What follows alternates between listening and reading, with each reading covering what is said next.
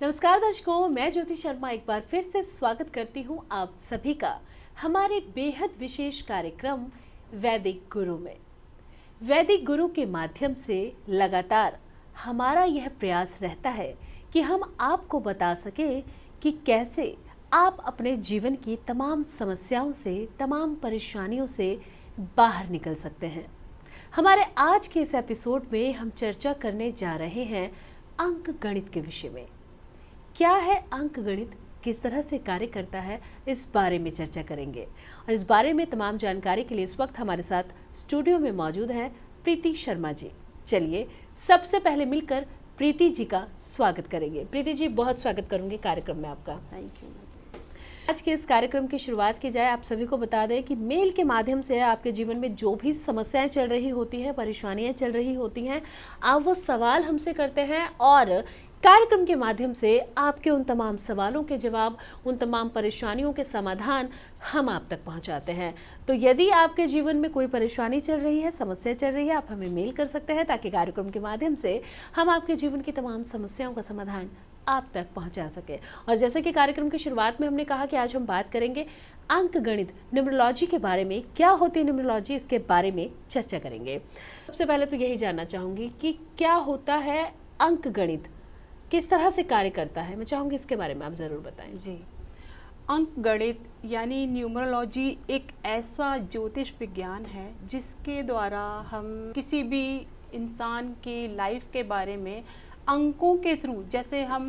एक एस्ट्रोलॉजी ज्योतिष में कुंडली की तरह, कुंडली के थ्रू हम जिस तरह से लाइफ की प्रॉब्लम्स और लाइफ के बारे में जानते हैं, तो इसी तरह से न्यूमरोलॉजी में क्या होता है, अंक गणित में हम अंकों के थ्रू, डेट ऑफ बर्थ या जन्म तिथि के थ्रू किसी भी इंसान के नेचर या उसकी लाइफ या फ्यूचर के बारे में जब आंकलन कर लेते हैं तो वो एक न्यूमरोलॉजी या अंक गणित कहलाता है। जी, तो बिल्कुल दर्शकों, अंक गणित को लेकर हम चर्चा कर रहे हैं। तो आप भी हमें मेल कर सकते हैं। कोई भी सवाल आपके मन में है, उन तमाम सवालों के जवाब आपको कार्यक्रम के माध्यम से ज़रूर बताए जाएंगे। प्रीति जी, अंक गणित के बारे में हम चर्चा करेंगे, लेकिन अगर सबसे पहले आपके बारे में बात की जाए तो आपका रुझान किस तरह से इस तरफ गया और कैसे आपको लगा कि आपको ये करना चाहिए और इससे आप लोगों की मदद कर सकते हैं। मैं चाहूँगी इसके बारे में आप ज़रूर बताएं। जी देखिए, हर इंसान चाहता है कि वो अपने बारे में पता लगाए कि वो क्या है, उसका फ्यूचर क्या है, वो आगे क्या करना चाहता है। और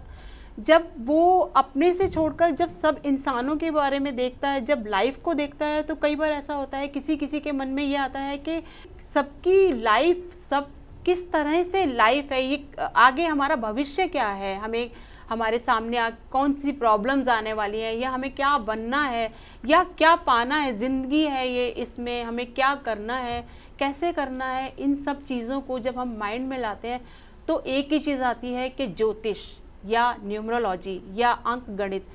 इनके द्वारा हम ये सोचें या ये तय कर लें कि हमें आगे लाइफ में क्या क्या चीज़ें फेस करनी पड़ेंगी, क्या क्या देखना पड़ेगा। इस क्यूरियोसिटी को लेकर जब मैं सोच में आया मेरे दिमाग में, तो मैं ऑकल्ट साइंस ऑफ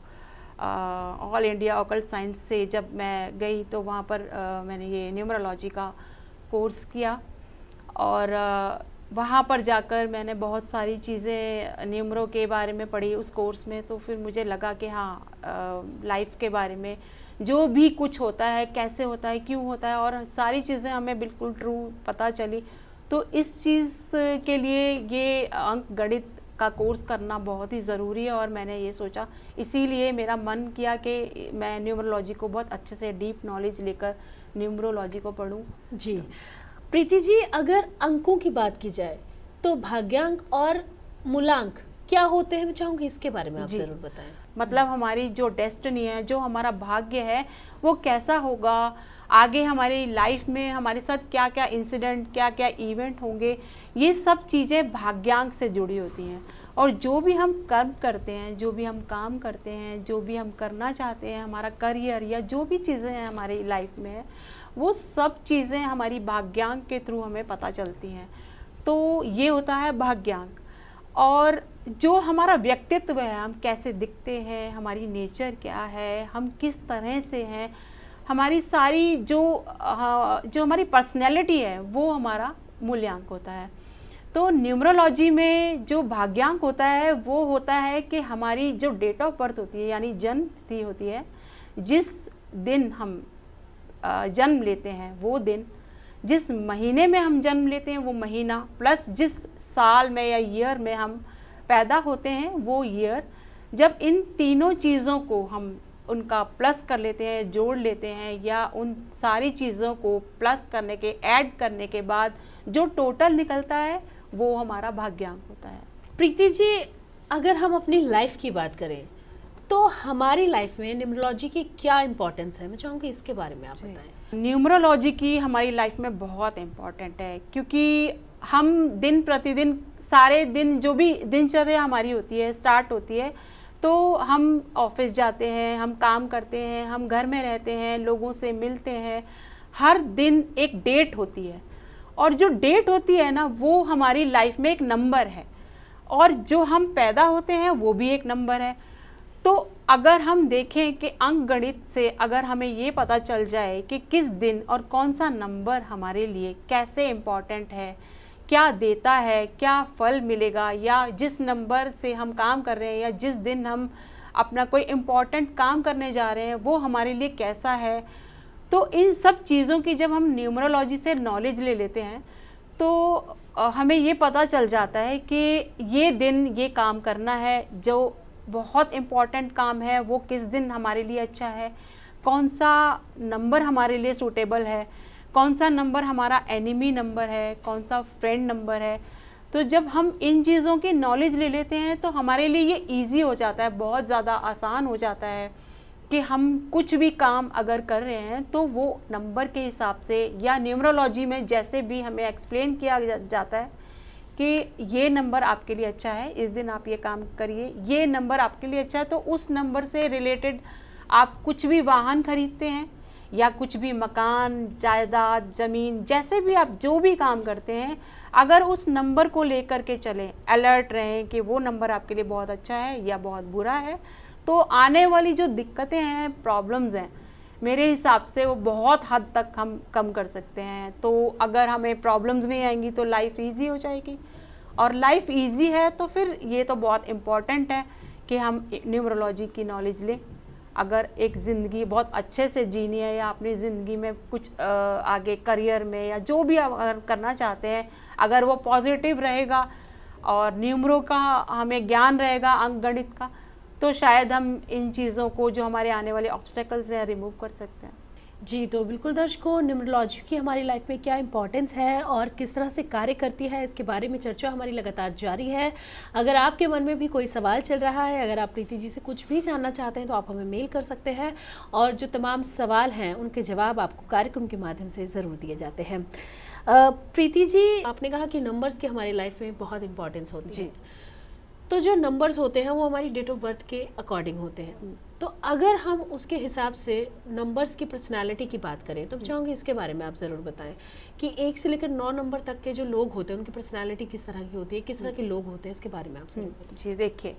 जैसे 1 से 9 ग्रह होते हैं, सेम उसी तरह होते हैं 1 से 9 तक के नंबर। 1 से 9 नंबर हर इंसान के ग्रहों को बताते हैं कि ये जिस नंबर में जो इंसान जन्म लेता है वो उसी ग्रह जैसा हो जाता है या होता है जो उस ग्रह से रिलेटेड है।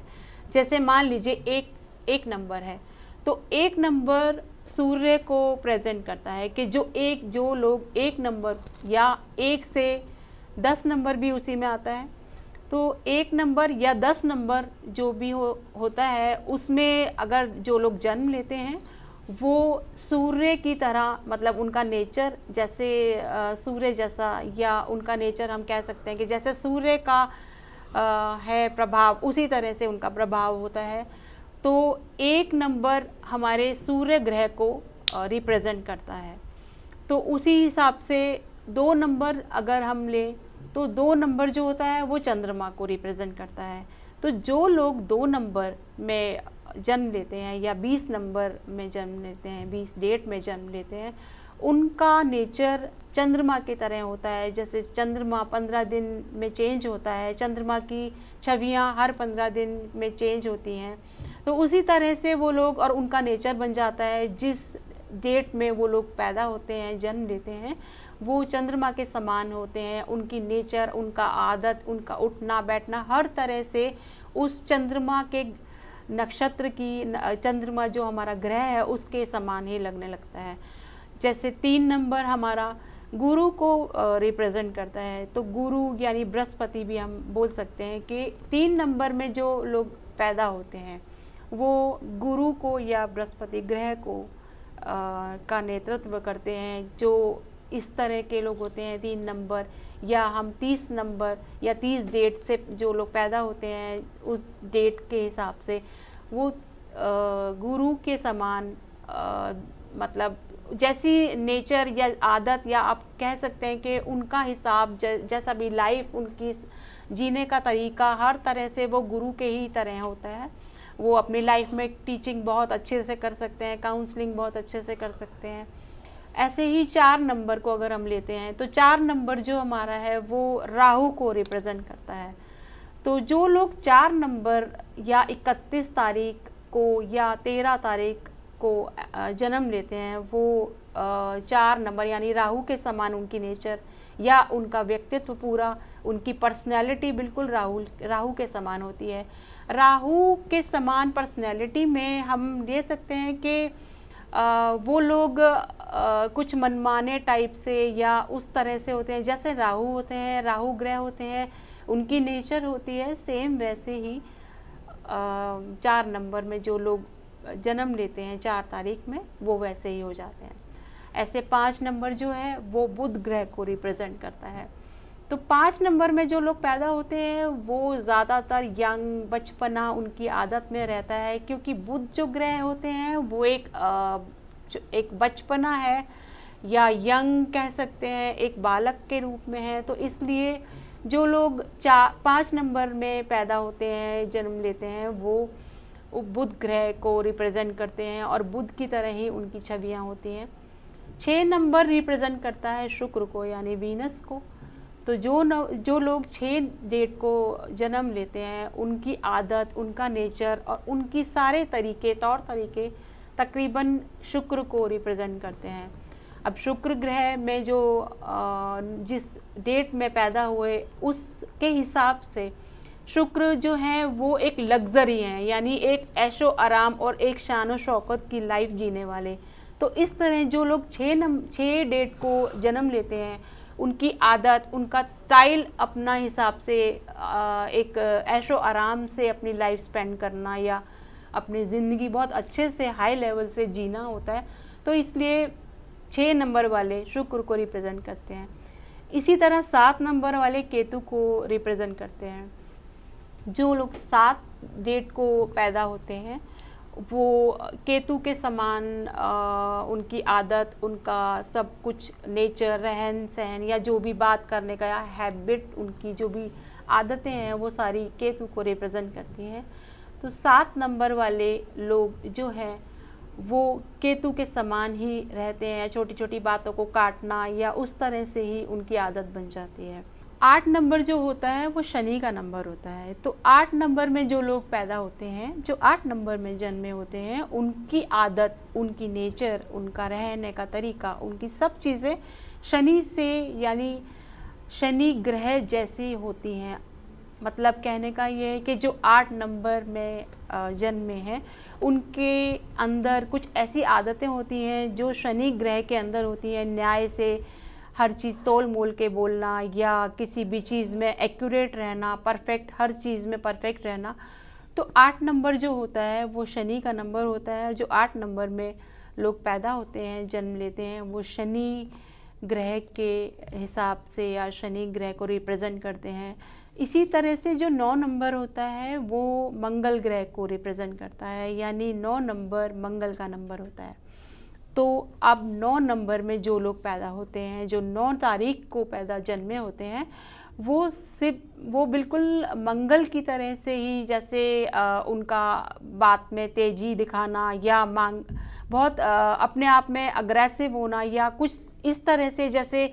कि हर बात बहुत एक्टिव तरीके से, एनर्जेटिक तरीके से अपने आप को प्रेजेंट करना, तो वो 9 नंबर में एनर्जी, जो 9 नंबर है उसमें पूरी तरह से एक मंगल की एनर्जी होती है और इसीलिए वो 9 तारीख को जन्मे लोग मंगल की तरह ही दिखते हैं या मंगल की तरह ही उनका नेचर या सब कुछ हो जाता है। प्रीति जी, यहाँ हमने ग्रहों की बात की, तो जब ग्रहों की बात आती है तो बात आती है कहीं ना कहीं एस्ट्रोलॉजी की, ज्योतिष की बात आती है। तो क्या न्यूमरोलॉजी जो है वो एस्ट्रोलॉजी से अलग होती है या उसी में होती या उसी के साथ इंक्लूड होती है? और उसके साथ ही अगर किसी की डेट ऑफ बर्थ में कोई नंबर मिसिंग है तो उस मिसिंग नंबर की जो कमी है उसको कैसे पूरा किया जा सकता है? मैं चाहूँगी इसके बारे में आप विस्तार पूर्वक बताएं।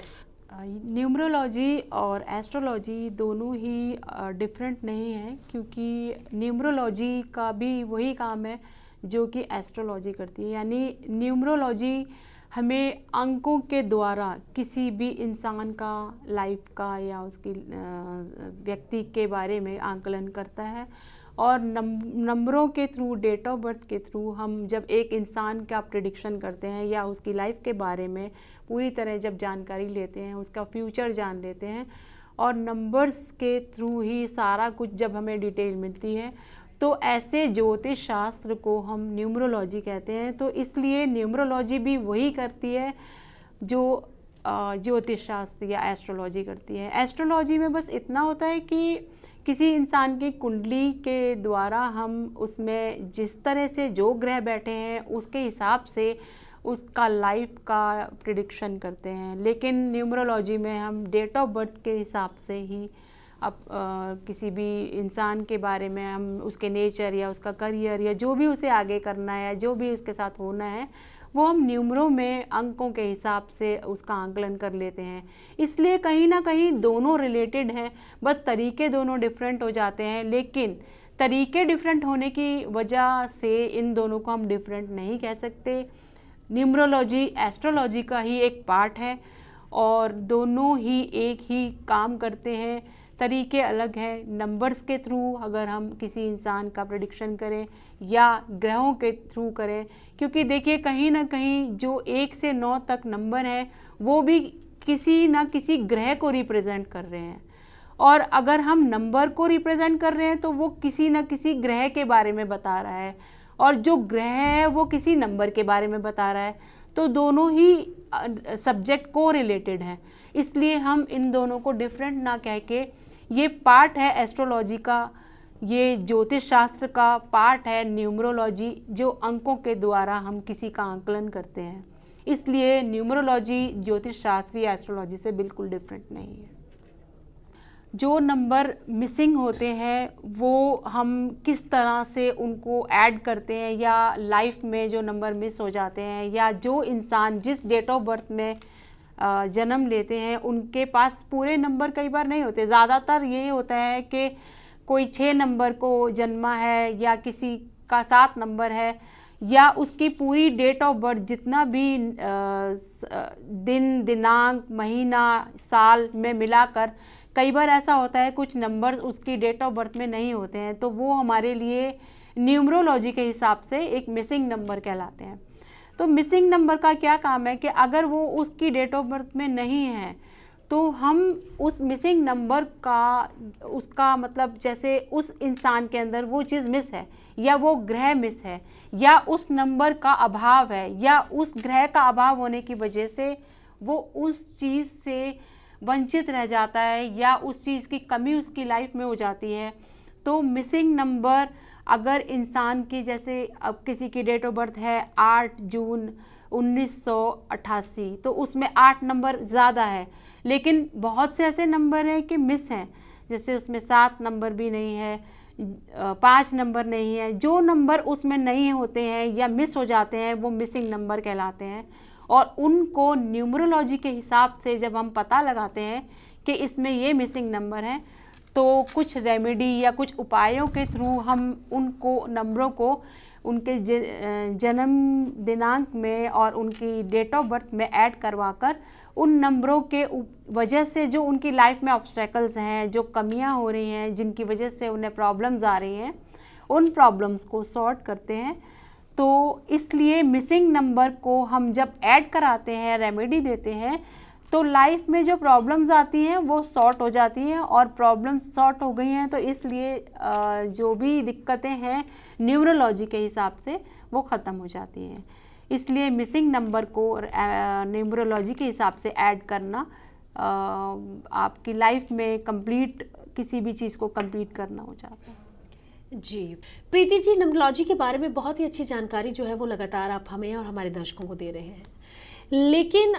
अगर हम ज्योतिष की बात करें और न्यूमरोलॉजी की बात करें, तो ज्योतिष के माध्यम से जब भी हम अपने जीवन की परेशानियों के बारे में जानना चाहते हैं, उन समस्याओं के बारे में जानना चाहते हैं, तो हम अक्सर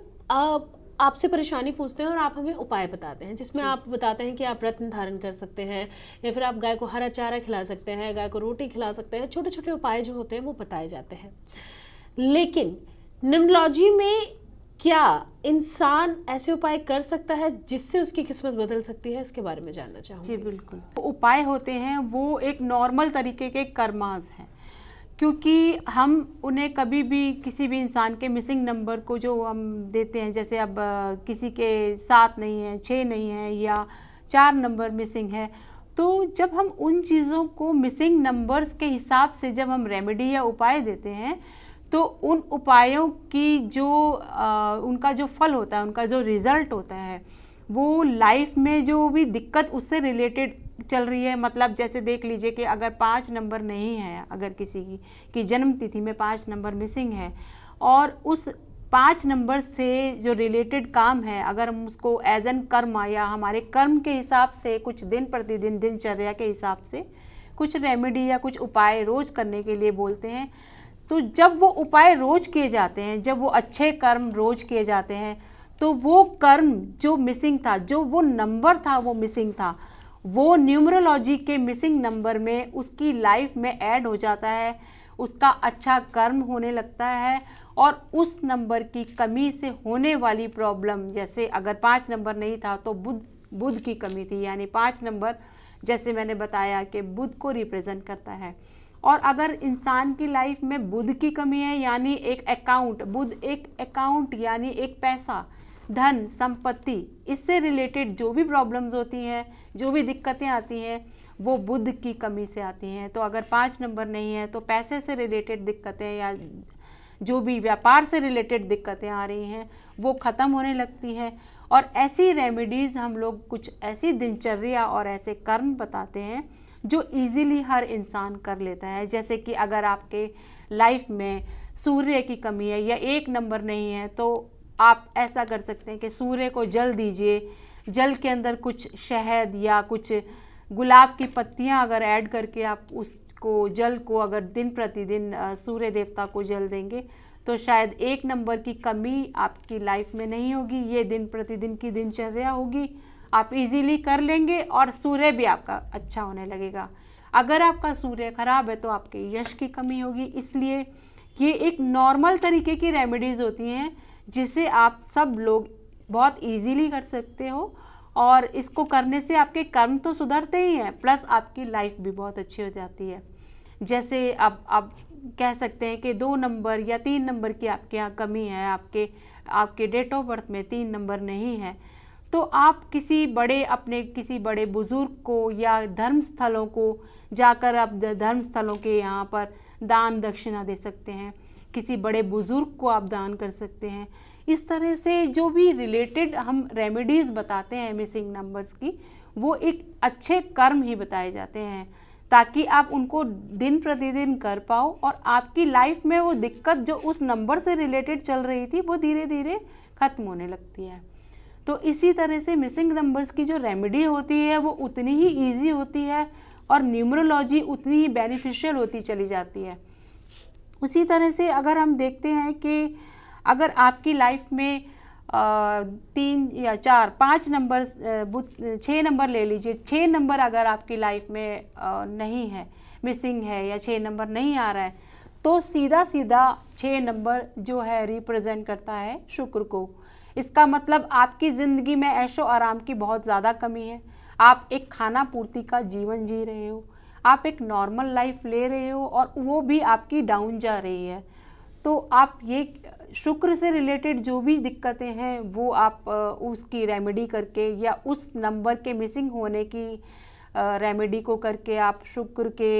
को अपना अच्छा बना सकते हो, अपनी लाइफ में अपने लिए लाइफ स्टाइल लग्जरी लाइफ जी सकते हो। इसके लिए आपको 6 नंबर से रिलेटेड चीज़ें, जैसे शुक्र से रिलेटेड आपको कुछ भी चीज़, आप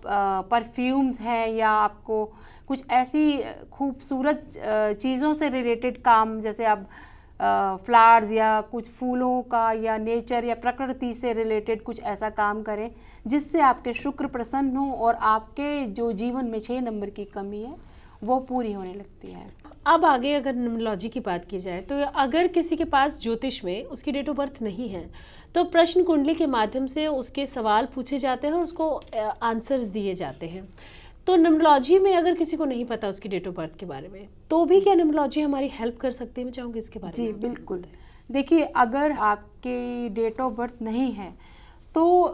ज़्यादातर पुराने लोग जो होते थे, हमारे बुज़ुर्ग होते थे, वो उनकी जन्म तिथि उन्हें याद नहीं रहती थी